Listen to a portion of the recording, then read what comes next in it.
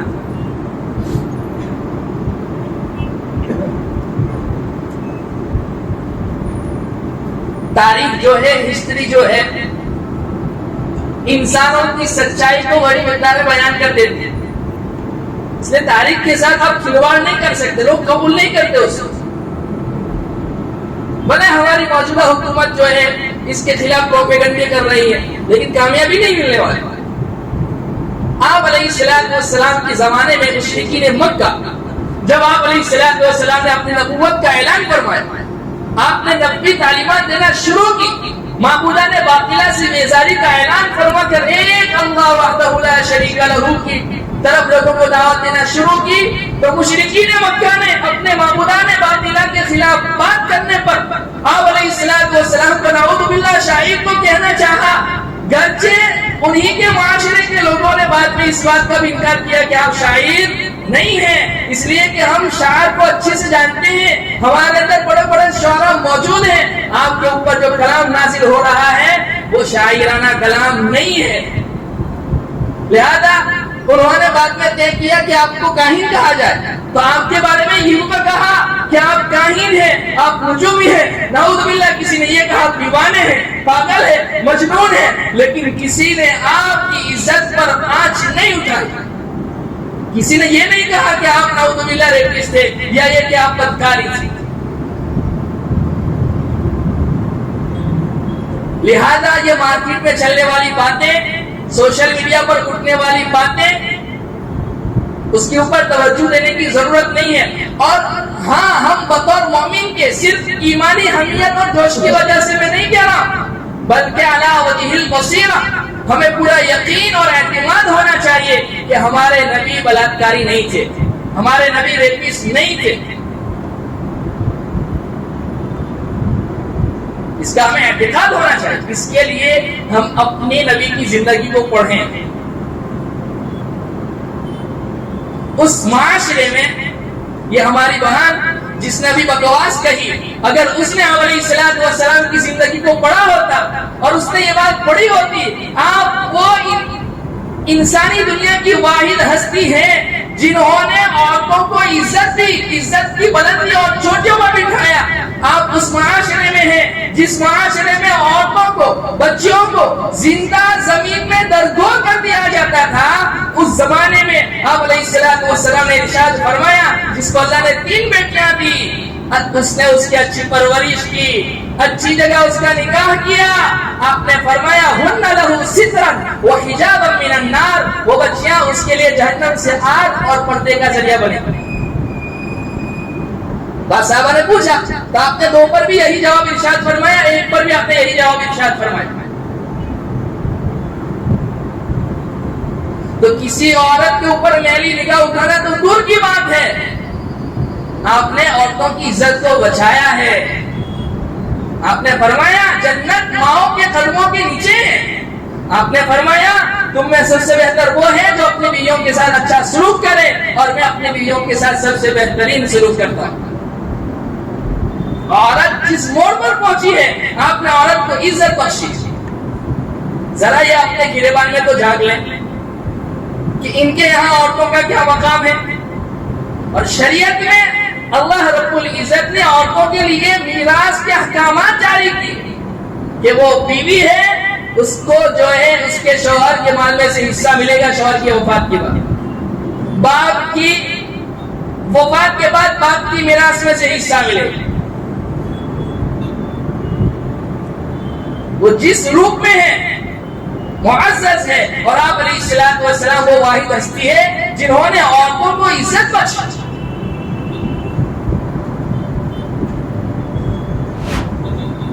لہذا آپ علیہ السلام نے دیکھیے آپ علیہ السلام پہلا نکاح فرما رہے بیوہ عورت کے ساتھ، اور سوائے امی عائشہ کے بقیہ 10 عورتیں جو آپ کی نکاح میں آئی ہیں وہ یا تو بیوہ تھی یا مطلقہ تھی، اس میں سے کوئی بھی کنواری نہیں تھی۔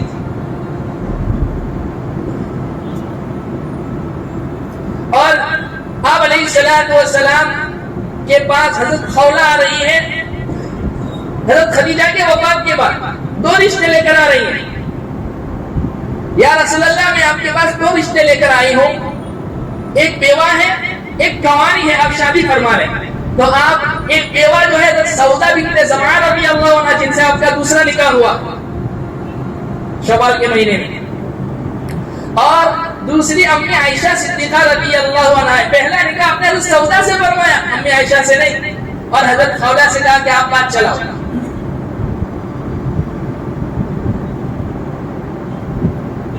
تو ان شادیوں کے پیچھے، یہ 11 شادیوں کے پیچھے بڑی عجیب و غریب حکمتیں ہیں،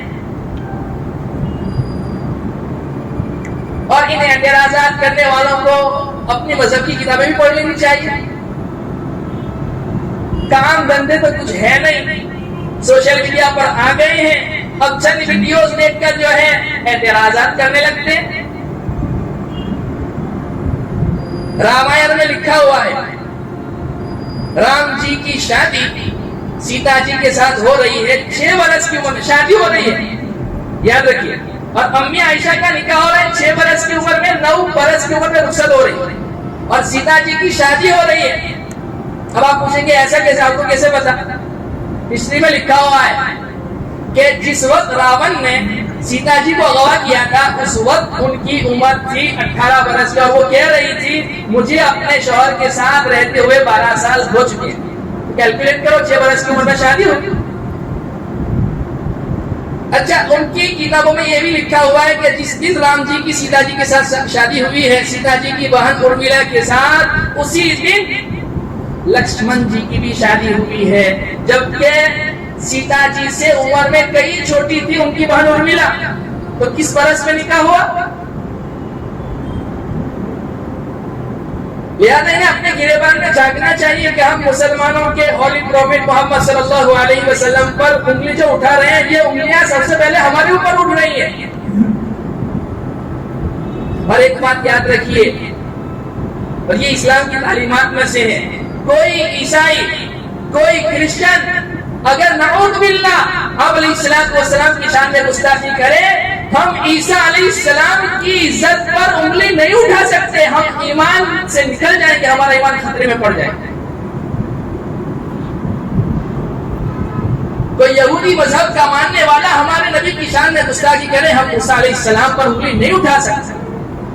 کوئی دوسرے مذہب والا، ہندو مذہب والا اگر ہمارے نبی پر انگلی اٹھائے، ہم ان کے مذہب کے جو آئیڈیل قسم کے لوگ ہیں، مبتدع قسم کے لوگ ہیں، ان کی عزت پر انگلی نہیں اٹھا سکتے۔ وَلَا تَسُبُّوا الَّذِينَ يَدْعُونَ مِن دُونِ اللَّهِ وَيَسُبُّوا اللَّهَ عَدْوًا بِغَيْرِ علم، اور رہتی دنیا تک انگلی نہیں اٹھا سکتے، اس لیے کہ ہمارے نبی کی تعلیمات ہمیں یہی ہے، اور قرآن نے ہمیں اسی بات کا حکم دیا ہے۔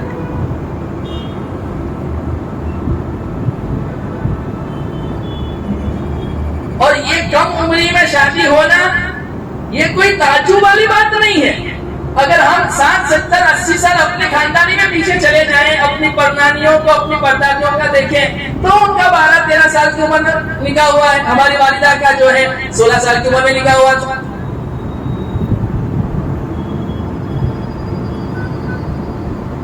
کیونکہ اسلام میں ایج یہ معنی نہیں رکھتا ہے، عمر معنی نہیں رکھتا ہے، لڑکا یا لڑکی فزیکلی مینٹلی فٹ ہونا چاہیے۔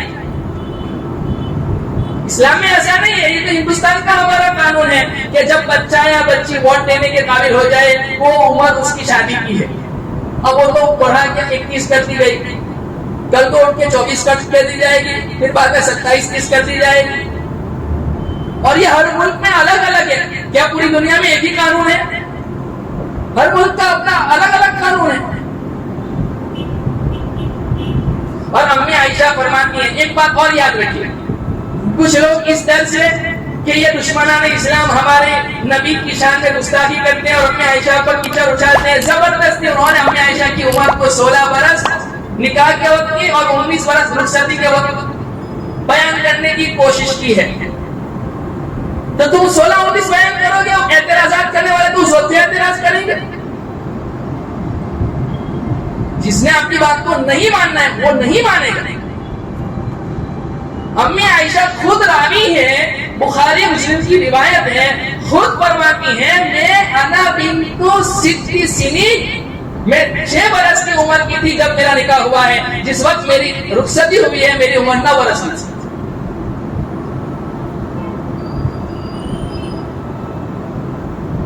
جب آپ کی عمر مبارک 53 برس کی ہوئی اس وقت امی عائشہ کی رخصتی ہوئی.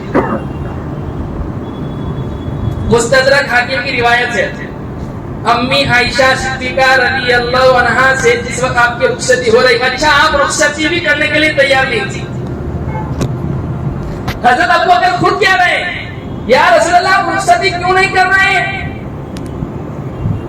کیا حضرت ابوبکر کو پتا نہیں تھا کہ ان کی بیٹی جو ہے فزیکلی فٹ ہو چکی ہے اور ہم امتی بھی امتی ابو بکر, میرے امت کا رحمت دل انسان ابو بکر ہے, وہ حضرت ابوبکر اپنی بیٹی کے ساتھ ظلم کرتے ہیں؟ حدیث کے الفاظ ہیں. حضرت ابوبکر آئے آپ علیہ الصلوۃ والسلام کے پاس, یا رسول اللہ آپ رخصتی کیوں نہیں کریں؟ آپ علیہ الصلوۃ والسلام نے فرمایا کہ مہر دینے کے لیے میرے پاس پیسے نہیں ہے, 500 درہم مہر تھا. یہ آپ علیہ الصلوۃ والسلام کی تمام بیویاں اور آپ کی تمام بیٹیوں کا مہر تھا 500 درہم. اچھا میں آپ کو بتلاؤں سورہ حجرات میں آپ علیہ الصلوۃ والسلام نے چند خصوصیات آپ کی بیان فرمائی. اس میں ایک خصوصیت آپ کی یہ تھی کہ عام انسانوں کے لیے, عام مسلمانوں کے لیے حکم یہ ہے جب بھی وہ نکاح کرے اپنی بیوی کا مہر رکھیں. لیکن آپ علیہ الصلوۃ والسلام کے لیے یہ قاعدہ نہیں تھا. آپ کے لیے حکم تھا کہ آپ بغیر مہر کے بھی نکاح کر سکتے ہیں, لیکن اللہ کی قسم آپ نے اپنی 11 کی 11 بیویوں کو مہر ادا کیا, جبکہ اجازت دی مہر نہ ادا کر لے. اچھا عام انسانوں کے لیے حکم یہ ہے کہ اگر وہ 1 سے زائد شادی کرتے ہیں تو ہر ایک کے درمیان عدل و انصاف, یہاں تک کہ باری میں بھی انصاف ضروری ہے. آپ علیہ الصلوۃ والسلام کے لیے یہ حکم نہیں تھا, لیکن زندگی پر آپ علیہ الصلوۃ والسلام نے جو ہے اس خصوصیت سے فائدہ نہیں اٹھایا. ہر ایک بیوی کے اندر آپ نے جو ہے عدل و انصاف قائم کیا, سوائے زندگی کے آخری ایام میں تمام ازواج مطہرات کو بلایا اور کہا کہ اگر آپ چاہیں میری زندگی کے آخری ایام ہے مجھے اجازت دے دیجیے کہ میں امی عائشہ کے پاس رہوں. یہ زندگی گزاری آپ. یہی وجہ ہے کہ ایک بہت بڑا عیسائی رائٹر ہے, اس نے یہ کہا کہ آپ کے کمال نبی ہونے کی سب سے بڑی دلیل یہ ہے کہ آپ نے 11 شادیاں کی, 11 بیویوں میں سے کسی ایک کو ایک لمحے کے لیے کوئی شکایت آپ علیہ الصلوۃ والسلام سے نہیں کی. اس لیے کہ انسان اپنے گھر میں کھلا ہوا رہتا ہے. گھر والے بیان کرتے تھے نا آپ کیسے ہیں, باہر تو آپ بہت اچھے ہیں, لیکن گھر والی بیان کرتے ہیں آپ کیسے ہیں.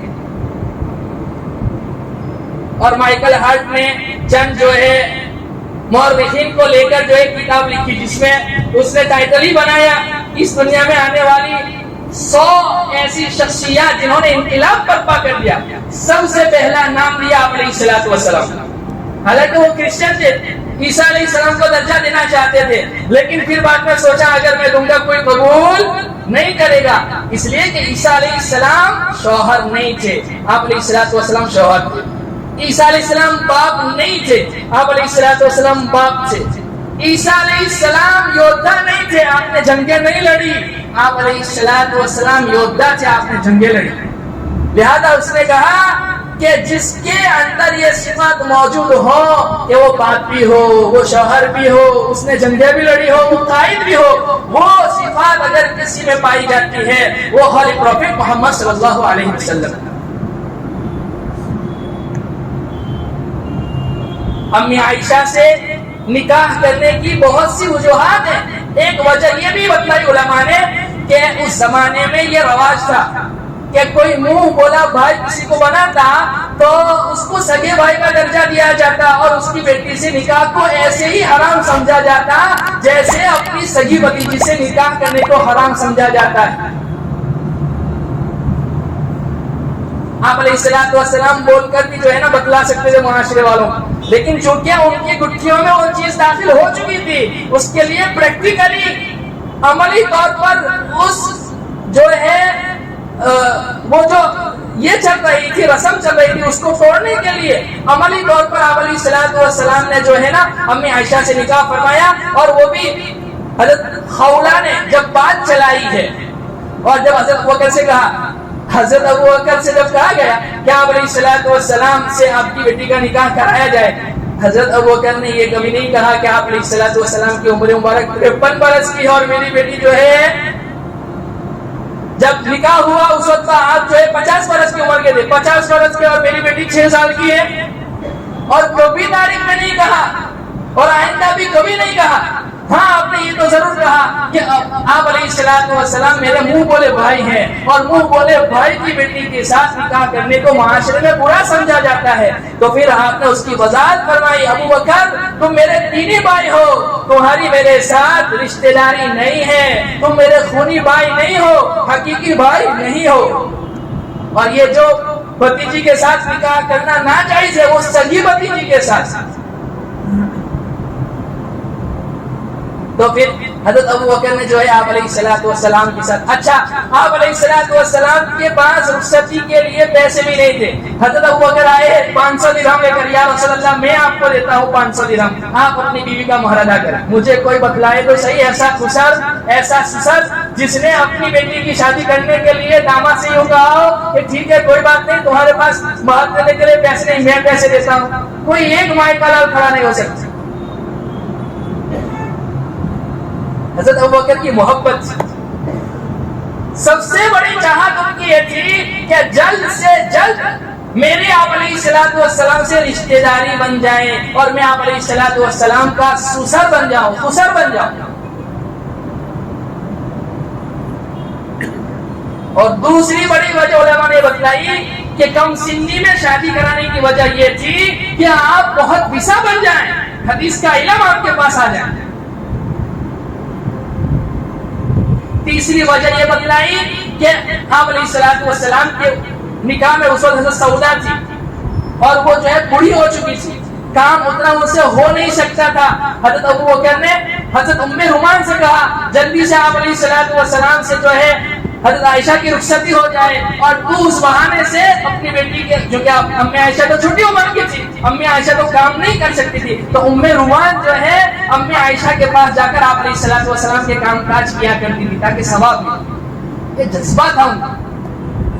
اور چوتھی وجہ آپ علیہ الصلوۃ والسلام کو حالانکہ بتلایا گیا خواب میں، اور جبرائیل امین آئے، ریشم کے کپڑے کو ہٹایا اور وہ تصویر دکھائی اور آپ سے کہا ہادی امراتک فکشف فاذا ہی انت، یہ تمہاری ہونے والی عورت ہے ابوبکر کی بیٹی عائشہ. اور اس زمانے میں بڑی عمر کے لوگوں کے ساتھ نکاح کروایا جاتا تھا، یہ دیکھا جاتا تھا داماد کیسا ہے. اور آپ علیہ الصلوۃ والسلام سے بہتر اور بڑھیا کوئی داماد ہو سکتا ہے؟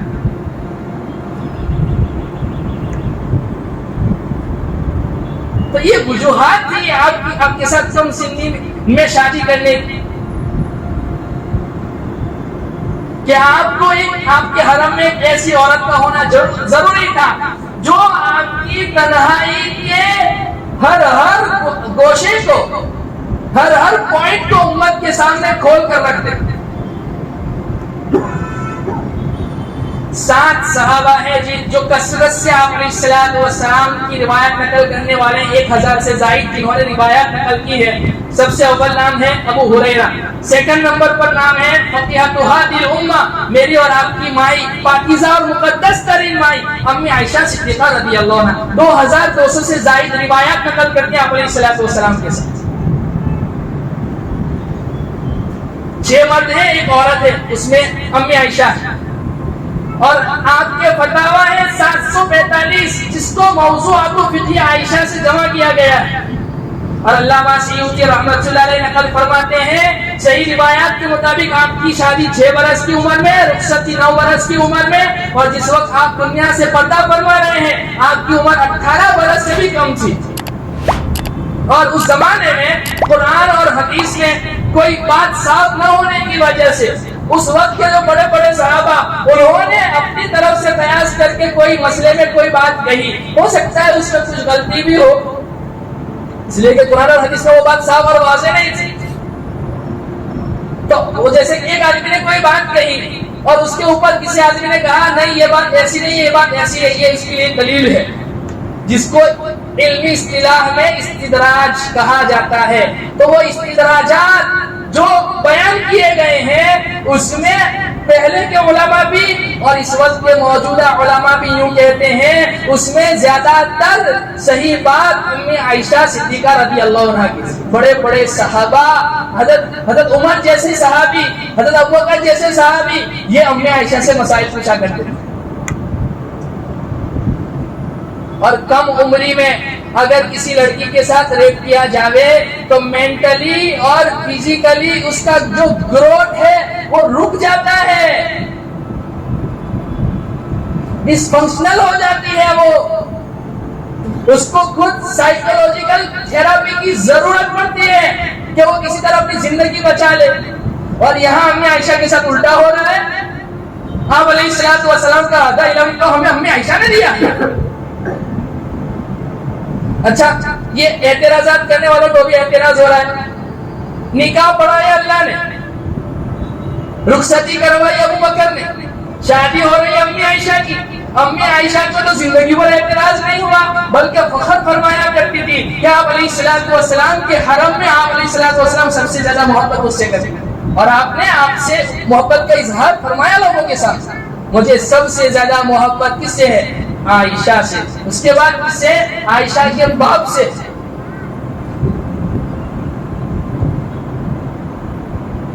اچھا، آپ نے حضرت جویریہ سے جب نکاح فرمایا غزوہ بنی المصطلق کے موقع پر، مسلمانوں کو پتہ ہوئی بہت سارا مال غنیمت آیا، اس میں یہ بھی آئی تھی اور کسی صحابی کی ملکیت میں تھی۔ تو آپ علیہ الصلوۃ والسلام کے پاس حضرت جویریہ آئی جن کا بعد میں آپ علیہ الصلوۃ والسلام سے نکاح ہوا، ہماری مائی ہے۔ وہ آئی اور کہا یا رسول اللہ میں سردار کی بیٹی ہوں، میں غلامی میں نہیں رہ سکتی، اور میرے آقا نے جو ہے اتنا اتنا روپیہ میرے لیے متعین کیا ہے آزادی کے لیے۔ آپ نے کیا فرمایا؟ جویریہ آپ چاہیں تو پیسے دے کر آپ کو خرید کر آزاد کر دیا جائے، اور اگر آپ چاہیں تو اس سے بہتر بات کہوں، آزاد کر کے میں آپ سے نکاح کر لوں۔ اور حضرت جویریہ کہتی ہے پہلے ہی مجھے خواب آ چکا تھا کہ میں آپ علیہ الصلوۃ والسلام کی بیوی بننے والی ہوں۔ اچھا، آپ نکاح فرما رہے ہیں، شام ہونے تک ان کے گھرانے کے 400 افراد غلام اور باندیاں بنائی گئی تھی۔ صحابہ کے دل میں غیرت پیدا ہو گئی کہ جس خاندان کے ساتھ آپ علیہ الصلوۃ والسلام کا سسرالی رشتہ ہو وہ ہمارے غلام رہے۔ تمام کے تمام صحابہ نے 400 افراد کو آزاد کر دیا۔ 400 افراد کو آزاد کرانے کے لیے آپ علیہ الصلوۃ والسلام نے اپنی عمر کے آخری حصے میں حضرت جویریہ کو اپنے نکاح میں قبول فرمایا۔ کوئی خواہش پورا کرنا نہیں تھا، آپ تو دنیا سے راغب بے زاہد تھے، بے رغبت تھے دنیا سے۔ یہ حکمتیں تھی کہ امت تک گھر کا دین پہنچے۔ یہی وجہ ہے کہ امی عائشہ سے وہ باتیں جو دیگر صحابہ نے بیان نہیں کی، وہ بیان کرنے والی کون ہے؟ امی عائشہ۔ گھر کی تنہائی کے گوشے یہ امی عائشہ بیان کرتی ہے کہ آپ کیسے تھے۔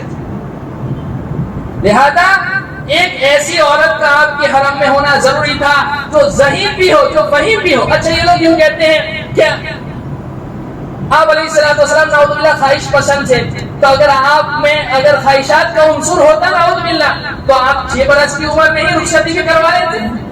3 سال انتظار کیوں کیا؟ 3 سال انتظار اس لیے کیا نا تاکہ فزیکلی وہ فٹ ہو جائیں۔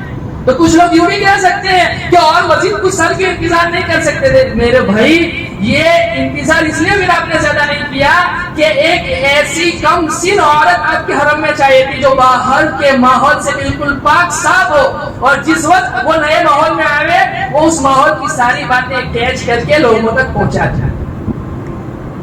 یہی وجہ ہے کہ 18 برس کی عمر میں فقیہۃ ھذہ الامہ کا ٹائٹل انہوں نے نہیں لیا، لوگوں نے دیا۔ اس امت کی قرآن اور حدیث کو سب سے زیادہ سمجھنے والی کوئی عورت ہے تو امی عائشہ۔ اور اس کے بھی اچھا عام انسانوں کی عمریں ہوتی ہے 60 70 80 سال، لیکن علمی دنیا میں تبدیلی کے لیے 20 سال کہے جاتے ہیں۔ کتنے سال؟ 20 سال کہے جاتے ہیں۔ آپ علیہ السلام کی وفات کے بعد 48 برس قرآن اور حدیث کی خدمات انجام دی اور 2 نسلوں کی علمی پیاس کو بجھایا امی عائشہ صدیقہ رضی اللہ عنہا۔ 2/3 علم ہمیں آپ علیہ السلام کا امی عائشہ سے ملا۔ نعوذ باللہ، آپ کا اگر بچپن میں ریپ ہوتا تو آپ تو خود اپنی زندگی بچانے کے قابل نہ رہتے۔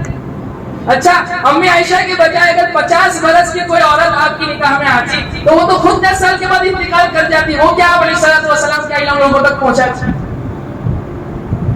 سن 57 میں آپ کا انتقال ہوا ہے، 64 برس کی عمر میں ہے۔ 6 برس کی عمر میں آپ کا نکاح ہوا، 9 برس کی عمر میں رخصتی ہوئی، 18 برس سے پہلے بیوہ ہوئی اور 48 برس قرآن اور حدیث کی خدمات انجام دی۔ حضرت زید رضی اللہ عنہ آپ کے لے پالک بیٹے تھے۔ حضرت زینب بنت جہش رضی اللہ عنہ آپ کی پھوپھیزاد بہن تھی۔ حضرت زید نے جب طلاق دی تو آپ نے نکاح کرنا چاہا۔ آپ یوں بھی تو کہہ سکتے تھے نا لے پالک بیٹا حقیقی بیٹے کے حکم میں نہیں ہے، لیکن اللہ رب العزت نے خود نکاح پڑھوایا اور کہا زینب سے شادی کرو عملی طور پر اور لوگوں کو بتلاؤ کہ لے پالک بیٹے کے لیے وہ احکام نہیں ہے جو حقیقی بیٹے کے لیے۔ یہ حکمتیں تھی الگ الگ جس کو سمجھنے کی ضرورت ہے۔ یہ باتیں میں نے اس لیے کہی کہ ہم صرف ایمانی حمیت کی وجہ سے کہ ہمارے نبی بہت اچھے تھے اس میں کوئی شک نہیں، ہمارے نبی سب سے زیادہ اشرف تھے۔ اللہ کے بعد اگر کوئی ہے جن کا مقام اور مرتبہ بلند ہے میرے آپ کے نبی جناب محمد رسول اللہ صلی اللہ علیہ وسلم ہے، لیکن صرف ایمانی حمیت کی وجہ سے نہیں، بصیرت کی بنیاد پر ہمیں اس عقیدے پر جینا ہے، اس عقیدے پر مرنا ہے۔ اللہ رب العزت ہمیں آپ علیہ السلام کی محبت عطا فرماوے اور جو ہے آپ علیہ السلام کے اہل و عیال سے بھی محبت عطا فرماوے۔ ہم سب برداشت کر سکتے ہیں۔ دیکھیے ہم پر جیسے میں نے قرآن کی آیت پڑھی، نبی کا مومنین پر مومنین کی جانوں سے زیادہ حق ہے۔ ہم پر اللہ کے بعد سب سے بڑا احسان اگر کسی کا ہے وہ جناب محمد رسول اللہ صلی اللہ علیہ وسلم کا ہے۔ ہم اپنی ماؤں سے جن کے ذریعے ہم دنیا میں آئے یقیناً محبت کرتے ہیں، ان کے قدموں کے نیچے جنت ہے، لیکن ہماری ان ماؤں سے زیادہ حق ہماری ازواج آپ علیہ السلام کے ازواج مطہرات ہماری پاکیزہ مقدس ماؤں کا۔ لہذا ہم کسی بھی حال میں ان کے اوپر انگلی اٹھانے کو برداشت نہیں کر سکتے۔ جس طریقے سے اسلام کسی دوسرے مذہب کے مقتدی قسم کے ان کے جو لوگ ہیں آئیڈل جن کو وہ مانتے ہیں ان کے اوپر انگلی اٹھانے کی اجازت نہیں دیتا، ایسے ہی ہم مسلمان بھی جو ہے امی عائشہ ہو یا دیگر کوئی آپ کے ازواج ہو اسی طریقے سے آپ علیہ السلام کی شان میں گستاخی کو برداشت نہیں کر سکتے، ہمارا ایمان خطرے میں پڑ جائے۔ آپ نے فرمایا تم اس وقت تک مومن نہیں ہو سکتے جب تک تمہارے نزدیک میں اپنی جانوں، اپنی اولاد، اپنے اہل و عیال سب سے زیادہ محبوب نہ ہو جاؤ۔ اللہ رب العزت جو ہے ہمیں صحیح معنوں میں آپ علیہ السلام کی محبت عطا فرماوے اور آپ کے ازواج سے، آپ کی آل سے محبت عطا فرماوے اور آپ علیہ السلام کی زندگی کو پڑھنے کی، عملی طور پر اس کو اپنی زندگی میں لانے کی بھی توفیق عطا فرماوے۔ وآخر دعوانا الحمدللہ رب العالمین۔